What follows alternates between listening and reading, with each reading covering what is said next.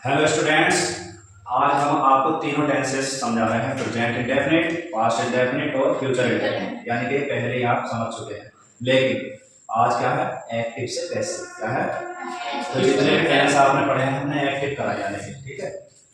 और आज क्या कराएंगे? हम एक्टिव भी कराएंगे और पैसिव। तो जैसे प्रेजेंट इंडेफिनिट टेंस है, सभी इसकी पहचान जानते हैं। कामती है हिंदी वाक्यों के अंत में क्रिया आता है, तो वो टेंस, वो सेंटेंस किस टेंस का हुआ? प्रेजेंट। पास्ट इंडेफिनिट की क्या पहचान है? खाता थी या रही, यानी कि पास्ट में जो काम हुआ है, ठीक है। तो उसकी पहचान है खाता था, पीता था, तो वो पास्ट इंडेफिनिट था। फ्यूचर इंडेफिनिट यानी कि भविष्य काल का आगे की, तो उसके अंत में क्या आता है? उसके वाक्यों के अंत में खाएगा, पिएगा, रोएगा, धोएगा, ठीक है। तो ये हो गया तीनों टेंस।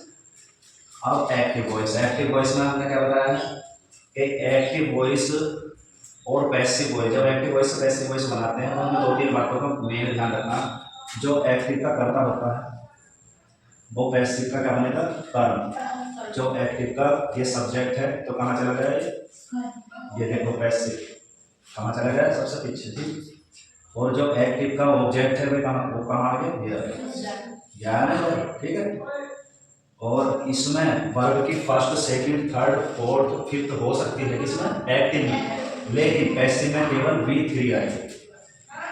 हर पैसिव में क्या आएगी? केवल वर्ग की थर्ड। और इन टेंसेज में फर्स्ट भी आ जा, जितने भी एक्टिव है, सेकंड भी आ जा, थर्ड भी, फोर्थ भी, यानी कि ING भी आ रहे हैं।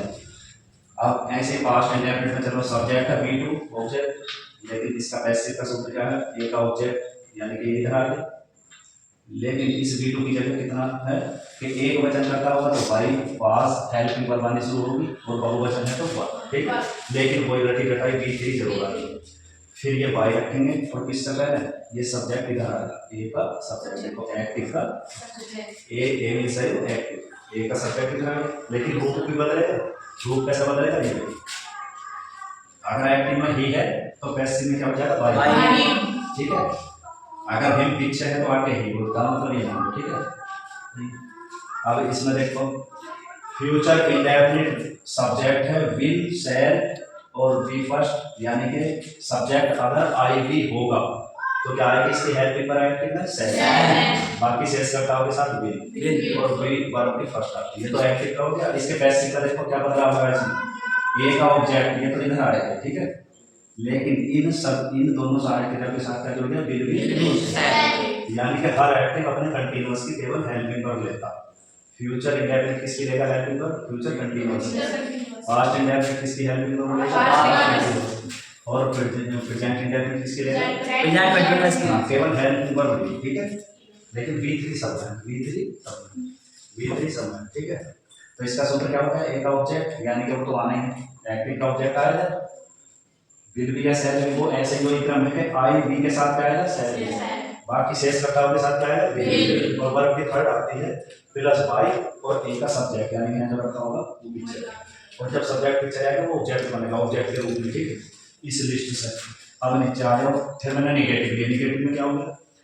प्रेजेंट इंडेफिनिट में सब्जेक्ट एक वचन होगा तो डज नॉट वर्ब की फर्स्ट फॉर्म आएगी, और अगर सब्जेक्ट बहुवचन होगा, आई भी होगा, तो दोनों डालेंगे और वर्ब की फर्स्ट। आप पैसिव में नोट ही लगाएंगे। पैसिव में तो कोई समझ नहीं कि ए का ऑब्जेक्ट इधर आ गया, इज आर एम के बाद क्या? नोट लगेगी, बाकी सब ऐसे ही, ठीक।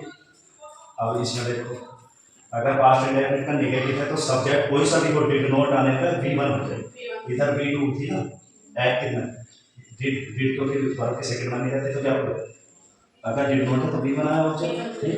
पैसिव ऐसे बनेगा, यानी कि वाज नॉट और वर नॉट, वाज वर्ब पर नहीं मिले बस नॉट लगाना, ठीक। अब चलेगा सब्जेक्ट, इसमें तो वही है हेल्पिंग पर पहले है, ठीक।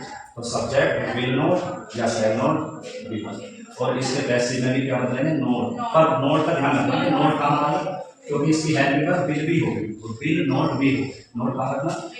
हाँ, हेल्पिंग पर जो असली में विल है उनके बाद नॉट रखना, बस ऐसे।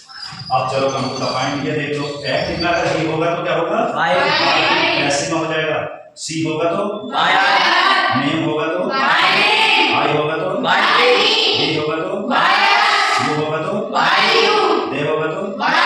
जैसे मान लो इधर का, अगर इधर का शब्द इधर जा रहा है तो वो ऑब्जेक्ट होगा, और इधर का शब्द इधर आ रहा है तो सब्जेक्ट, सही। आप चलवा रहे हो। वह मुझे पीटता है, ये एक्टिव है पैसिव है, बताओ। वह मुझे पीटता है एक्टिव। क्योंकि कौन सा पता चल रहा है कौन पीटता है, वह। तो इसकी अंग्रेजी ही।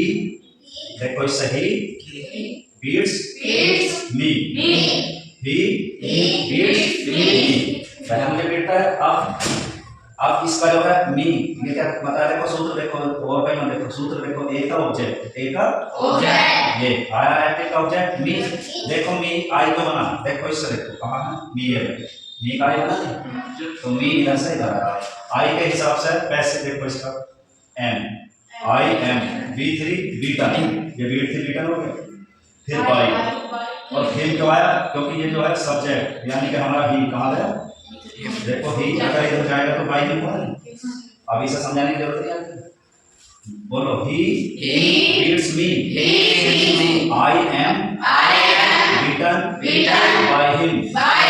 अब आगे चलते हैं, मुझे पढ़ाता था, ठीक है, कौन पढ़ाता था भाई, he taught, सेकंड आई देखो BT, वो चल रहा है ना P2, इसका पास्ट इंडेफिनिट का है, he taught me, फिर me का वही हाल करेंगे, I was taught by him, देखो ही का by him, ठीक है, he taught me, I was taught by him,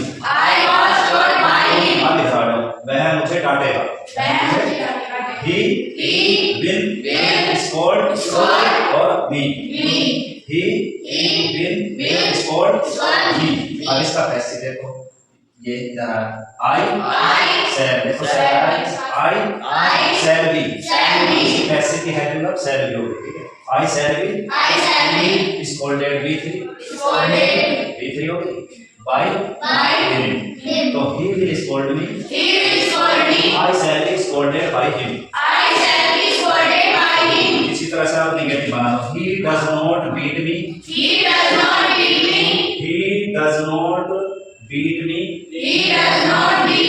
फिर इधर I am not beaten,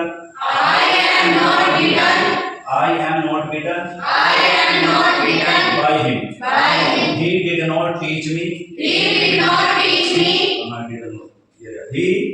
did not teach me, सही है, he did not teach me। फिर इधर आ जाओ, I was not taught by him, I was not taught by him। अब इधर आ जाइए, he will not scold me, हो गया, he will not scold me। इसका पैसे देखो, I shall not be, फिर scolded by him। इस तरह से आप निगेटिव तक मैंने बना दिया, बाकी क्या से क्यों से आप बना लेंगे, क्योंकि वही है नहीं बल्कि तो आपके खुदानी फिर क्वेश्चन वर्ड खुदानी, ठीक है, सही है, समझ में आया क्या। इसका विशेष ध्यान रखना है, एक्टिव ही सी नेम आई वी दे होंगे तो पैसिव में बाई के बाद ऐसा ऑब्जेक्ट में, एक्टिव में आते हैं सब्जेक्टिव केस, और उसका कर्ता जो बनता है पैसिव का वो ऑब्जेक्टिव केस बनता है, यानी कि कर्ता बनेगा तो ऑब्जेक्ट, लेकिन जब कर्ता की जगह होगा तो वो बदलेगा, जैसा हिम बनने वाला है तो हिम का क्या बनेगा ही, क्योंकि सब्जेक्ट के लिए तो ही रखा जाना, ठीक। Thanks for watching video.